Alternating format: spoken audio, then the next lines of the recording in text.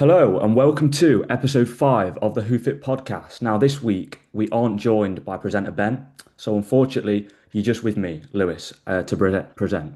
Now, I'm also joined by Charlie and Josh, and this week we're going to look into Jack Grealish and we're going to be talking about should he be in the England squad and also why he's been so good in this Everton team under David Moyes and obviously why it's not been working out maybe at Man City in the past. But first of all, boys, how are we doing? How are you, Charlie, this weekend? Good result for Hull on Saturday? Great result, yeah. I think it was more limbs that we saved a late penalty than actually scored against Sheffield United. I mean, they're doing absolutely terrible, even with Chris Wilder joining them. I think they've only won one game, I'm pretty sure, in nine. So, yeah, good weekend. Look, absolutely loved it. And not the same for you, Josh. Did you take the Yeah, trip down yeah, to, was it Villa? yeah, I did. Yeah, I left my house at 7:30 that morning to get down there. A few days in Birmingham and all that lot, and then it was we looked like a bit of a shell of a team from what we played the last few games. Like we've been in a lot of games that we played, but Sunday it was if like we come to an end of a run and we just couldn't get out of our own box. So hopefully we switched it up for after international break. Speaking of international breaks, this Thursday, obviously England play Wales, and Thomas Tuchel's made some interesting decisions with his choice of squad. He's ended up leaving out Jude Bellingham, Phil Foden, Jack Grealish, and Adam Wharton. And it's made us think, should Jack Grealish really be in this England team? So, do we think, boys, do we think that Jack Grealish is someone that should be considered at this moment in time under Thomas Tuchel? We'll start with you, Josh. Do you think he should be in this England team right now? Or is it a little bit too soon? Is he just at the minute, his form's only been obviously the start of the season? I um I do think he will be in the England team. Well, like eventually, Yeah, but come as to the as World you've Cup. kind of as you've kind of said, like in a question of, look, he's only been there what 2 months. It's I get he's got four assists and a goal. Like, don't get me wrong, it's one of them. Everything can change in 2 games type thing. He can be once again a shell of himself, like a bit like he were at City. But Yeah. I feel like just these two international breaks have just come a bit too early for him. But I feel like if he carries on his form that he's doing in November, he could be at least pushing to be in it. Just because of he offers something completely different to a Gordon, for example, of he'll win you a foul. Because I think I can't remember what stat. I think a few years ago when he was at Villa, like first year he came up, he had won the most fouls. It wasn't like straight away. We saw it in the Euros. I think it was against Germany where he got subbed on. Um, Yeah. and he won us two free kicks, what have you, and we got back into the game. Um, no, yeah, we got obviously beat Germany 2-0, but we looked at different sides from 20 minutes that he were on, just because players were so scared to foul him because we knew he knows how to win, like put a foot in because we knew he'd be able to win a foul. Um, it opened up so much space for a wing back, which obviously Luke Shaw at the time, to go and put a cross in or something like that. He just opens it up for other players to come into play. Yeah, I did find it interesting that you've only got obviously a friendly against Wales and then a World Cup qualifier against Latvia. Maybe this was the perfect opportunity for Thomas Tuchel to bring in Grealish and obviously reintegrate him into the squad. He is more of a senior player now at 30 years of age. He's just scored obviously at the weekend to unfortunately, I think he jinxed them, Josh, last week, but Palace 19 game unbeaten I streak. know, I know. Yeah, so I think it was maybe a good opportunity with the likes of maybe Palmer, Madueke, they were all out. Maybe just give him a chance. What do you think, Charlie? Do you think if you look at some of the players in there, for example, Morgan Rogers got booed at the weekend, hasn't been playing very well. He's in there ahead of the likes of Grealish. Do you think that's a good decision? I wouldn't say so. If you're picking the players based off the form, I think you'd have to have Grealish in the squad. But I will agree with Josh in terms that it's only been 2 months with his first stint at Everton. He's still got a while to show if he can still perform as he is doing now. Again, like I said with England in the Euros, like he was treated as an impact sub, I feel. And he really was making a difference when he did come on the pitch, winning the fouls, actually giving England an opportunity to create chances rather than just obviously passing the ball just back and forth all the time. I do feel as if when you compare again like Grealish with Madueke, Rodgers, you kind of feel that. I mean, years ago it was easy to say that well Grealish was the better player, he's bound to get the chance to play for England. You look at it now, and you still, I mean, at this point, you kind of you more or less assume that Madueke and Rodgers are the players that should be starting. You think, well, Tuchel has seen how they've performed previously with England more recently, and I just think that with Grealish, how he's doing with Everton at the moment, and how I guess even with Cole Palmer as well, like they've not been in like the greatest amount of form, I would say compare it with Grealish, who's actually done all right so far with Everton.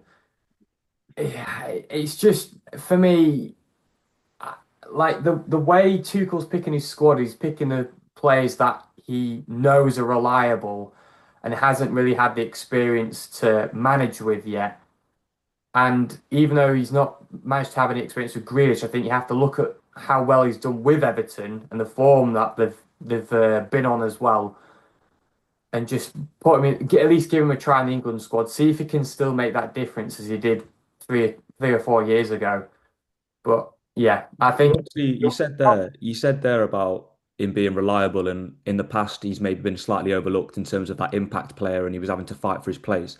Do you think, especially at his time at City and how that's developed at Everton, is maybe Tuchel going to overlook him because he's got that maverick status, because he's someone that is seen as someone who's a little bit more unreliable in the sense of his personality and how he conducts himself? Or do you think, obviously, Grealish has spoke about he didn't really conduct himself very well in the past at Man City and how he could have helped himself a little bit more with his off-field antics? Do you think that we're seeing a new Grealish at Everton where he is being a little bit more professional? And do you think that might help him? I think we are. I think we're seeing a new and improved Jack Grealish. I think he definitely seems to be more committed, especially now that he's with Everton. He's understood that he's having to move clubs to actually get some proper game time and at least start as well. I think the fact how he's consistently performed with Everton as well, like he's not really had, I think he's only had maybe what one bad game out of the 7 or 9 games he's had with Everton in both League and Cup. And I just feel as if there is a difference. I feel like the only concern I would say, maybe in the long term, if he still does perform really well with Everton, is that maybe there is a risk that he's not going to conduct himself as well, just like he did when he was at City.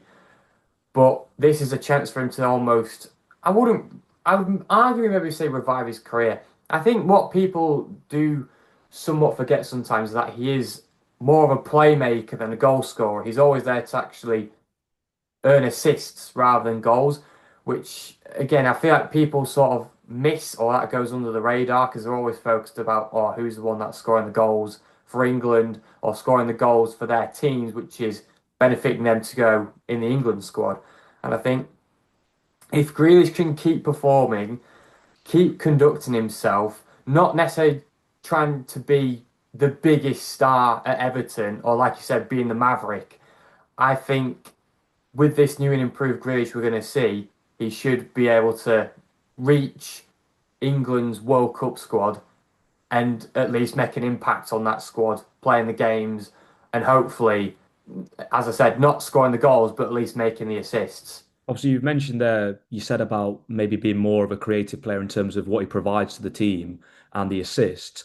Do you think, Josh, maybe some of the more clinical players in terms of Rashford scoring a lot of the minute, you've got the likes of kind of Jared Bowen, who obviously gets more goals. Do you think maybe that's why Tuchel wants someone more of a goal threat compared to someone like Grealish in terms of he doesn't score that many goals? Do you think maybe that's something to do with the decision making there? Yeah, it could be a point of well, you think of it of well, Gordon's in good form at the minute. He's playing well. I'm not saying he's getting goals, but he's playing well. Obviously creating a lot for Newcastle. Um, but he's been doing it for the last 18 months and probably a bit more. Whereas Rashford, obviously, he's gone to Barcelona, he's getting a few goals. Bowen, once again, carrying on scoring form.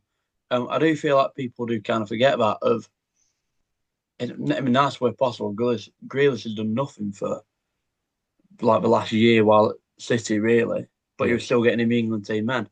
Whereas now because he's getting these few assists and that obviously last minute win at the weekend, everyone just expects him to be there. But someone like Tuchel will look at it as well, actually, you still need to prove yourself, really. Um, and once again, it could be another system situation like it was at City. Of well, obviously we've realised Grealish isn't a system player. He just needs to have the free roam type of role of you can play your game. Not that we'll play around you, but like you go win us that foul, you go create something that no one else is expecting. A bit like how Gascoigne used to play for England. Of he might not do anything for 85 minutes, but then he could get you an assist that'll win you the game type thing, or make a chance or something like that.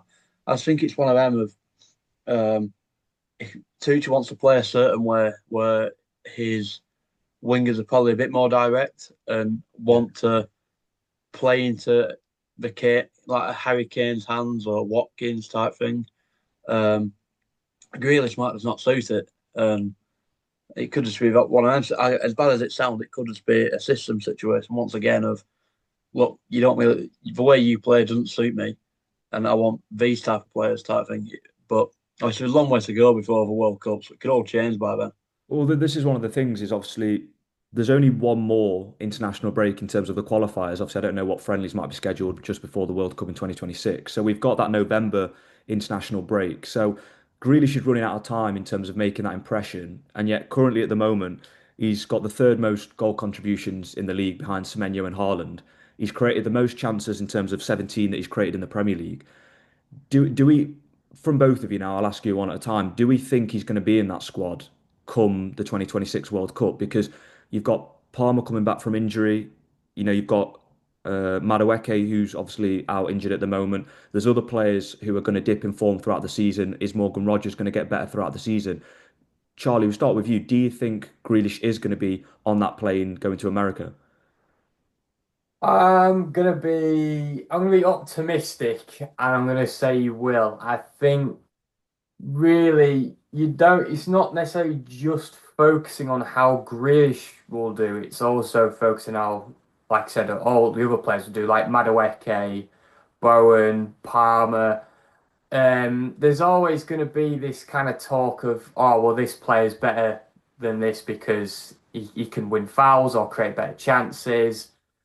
Um, I, Would you it, take him for that, like what Josh said? Would you take him for that? He's going to do something, that little magic moment of creativity, something like that. Would you put him on the bench at least and have him in the squad? I would put him on the bench. I think I would. It would be somewhat similar to again what he was like in the Euros, Yeah. where he's going to be that impactful sub, where he's going to come on the pitch and he's at least going to win England some fouls or at least create some, not maybe clear-cut chances, but at least create some chances for England to give him an opportunity to score at any point in time. I just think that in terms of starting for England in the Yeah, World Cup, no. it's Yeah. really going to be a massive, massive push for him to try and do that. And I just don't think it's possible. Even if he has one of his best seasons with Everton, I just Yeah. really can't see it happening. And then what about you, Joe? Do you think maybe in some sense he's overlooked because he's at Everton in terms of it's not a big top six club like when he was at City and he kind of had that more Everton fans won't be happy with me saying it, but he was playing at obviously a higher level in terms of at City and winning titles. Do you think there's maybe he's been harshly overlooked because of where he is? Or do you think that that isn't really a factor in that sense? But would you have him on the plane? Well, you say about obviously looking over and good place for Everton. As a Burnley fan, we've seen it firsthand. We had Nick Pope, James Tarkowski, and even when we got Europa League and we had a top 10 finish or something.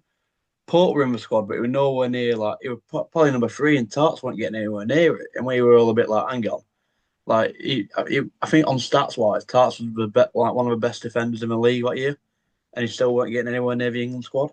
But I think Everton were big enough, Yeah. like they're big enough for players to get in. I don't think it's based off that. I just think I hope he'll be in the squad, but I just don't think he will be. I think he'll just miss the cut. Because I'm hope this is what I'm hoping. Obviously, everyone's a bit disappointed by the England squads at the minute for the qualifiers. Yeah, What I'm hoping is Tuchel's kind of doing this thing of, oh well, I'm going to look at players who might not be starting because at the end of the day, you've got to build a squad, not just an 11. Um, Hence why there's a few rogue shouts in there that are getting called up. But then I saw a thing, I think it was Martin O'Neill yesterday. He said, if a World Cup's tomorrow, you take your Bellinghams, you take your Palmer, you take your Fodens, like you take your best players.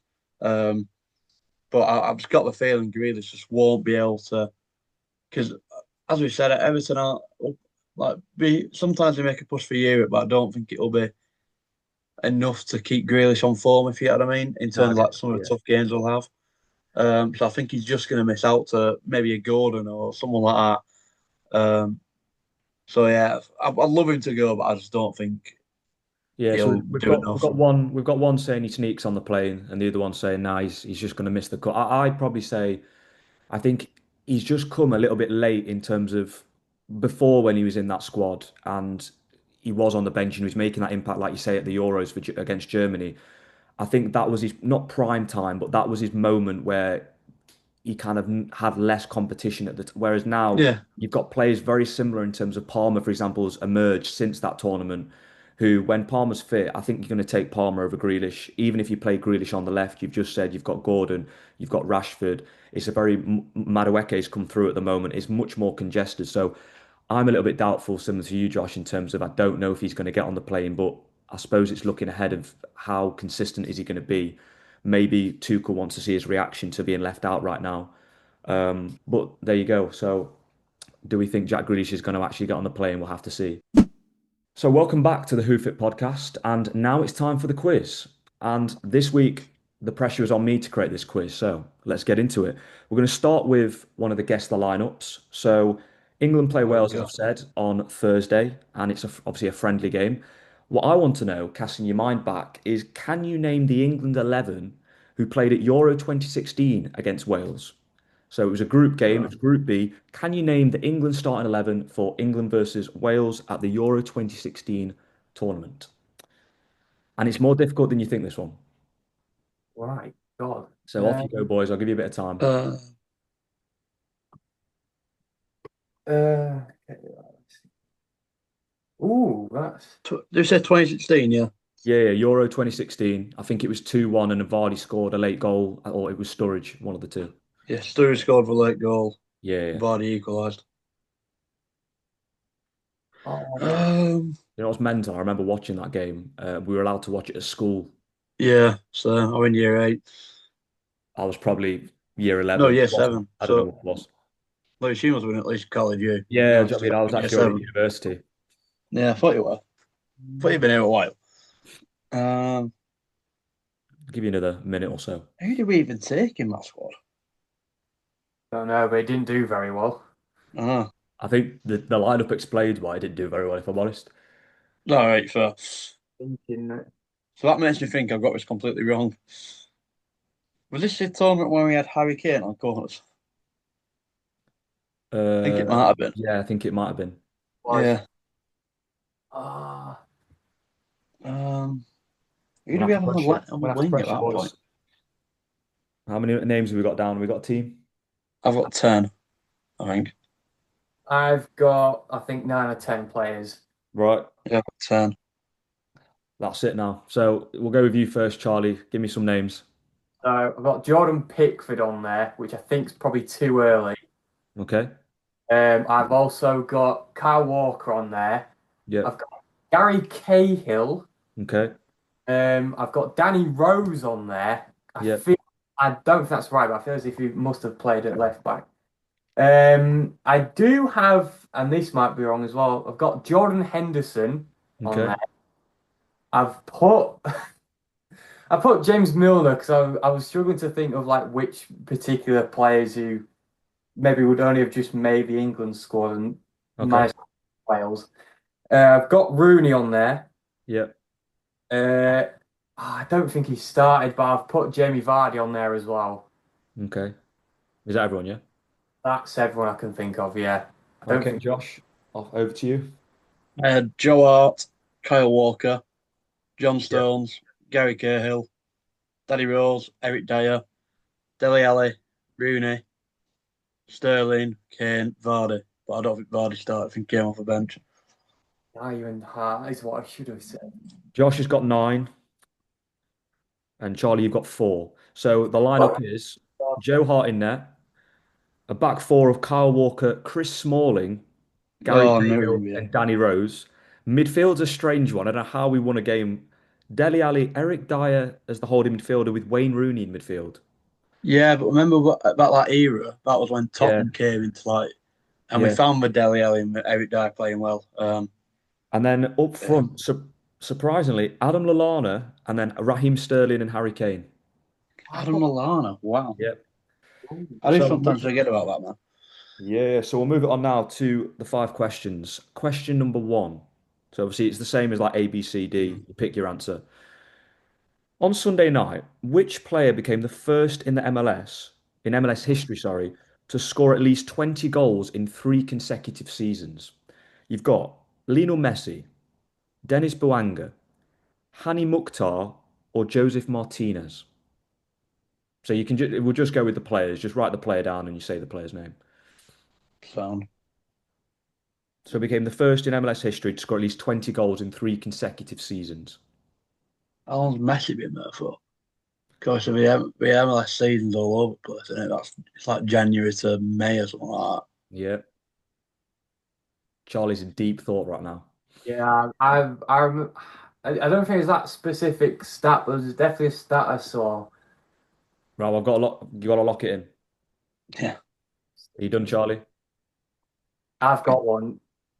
Right, what are you going for? We'll go Josh first. I've gone with Mokhtar, whatever he's called. Okay, okay. What you That's got on for? his gold on FIFA. I've also gone with Mukhtar. Oh, here we go. It's actually Dennis Bouanga who scored his 24th goal of the season at the weekend. Real do. I'm happy for him. Yeah. Number 2.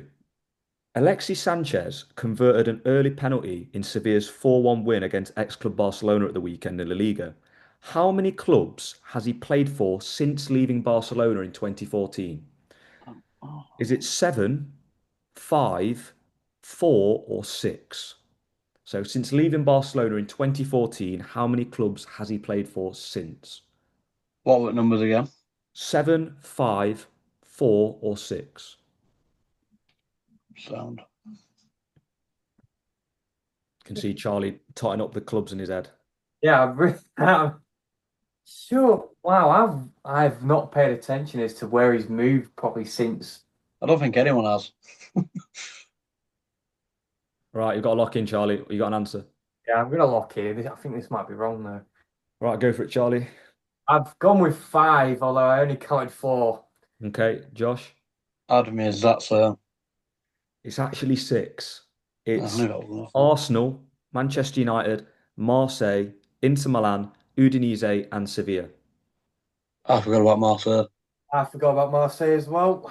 So God. far, we've not got any from the 2. Real do. We're Question great at this, 3. Charlie. Telling you. Question 3.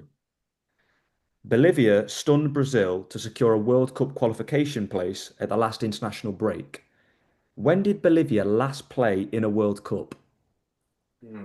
Was it A, 1986, B, 1994, 2002, or was it 1962? When did they last play at a World Cup, Bolivia? 1986, 1994, 2002, or 1962? I don't like how like 1962 is like the earliest answer, and the rest are like quite close by. Oh, I think I played mind games. Is that what we're doing? And it's really playing mind games now because Are we locked in? um, Yeah, I was trying to make sure the one off pitch is actually a World Cup. Yeah, you not to trick me that way. Right, final. What have we got? So we'll go Charlie first. I've gone with 1986. Okay, Josh, what you gone for? Oh, 2002. You both wrong again. Dear Right, we're me. class at this, Charlie. It's Wow. 1994. Oh, So The so year you were far, born, Lewis. it is. So far, it's 9-4 only off of the lineups. Right. Right.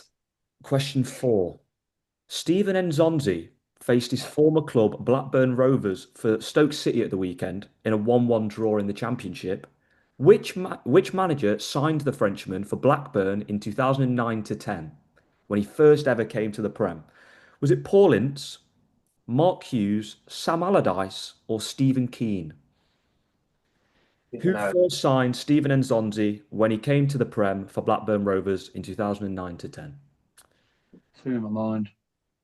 Was he still at Blackburn though after so what did he move? Right, I'll go. I'll give you a clue. They've all been at Blackburn as a manager, Yeah, cheers. Appreciate that. just for chat. So, what we're going to go for, Josh? I want Sam Allardyce. Okay, Charlie. I went with Sam Allardyce as well. Also, both you get the same ones right. Yeah, you both got that right.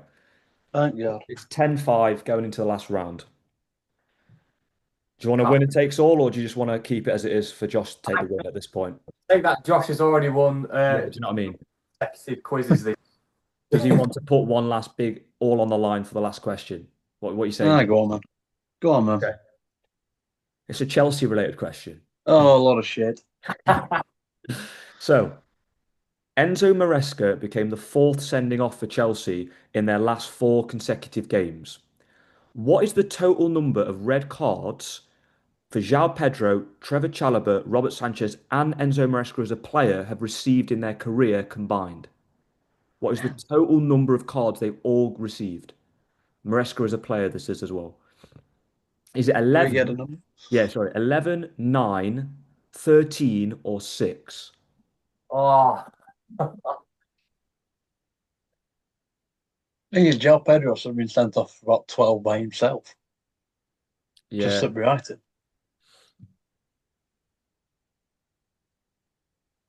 I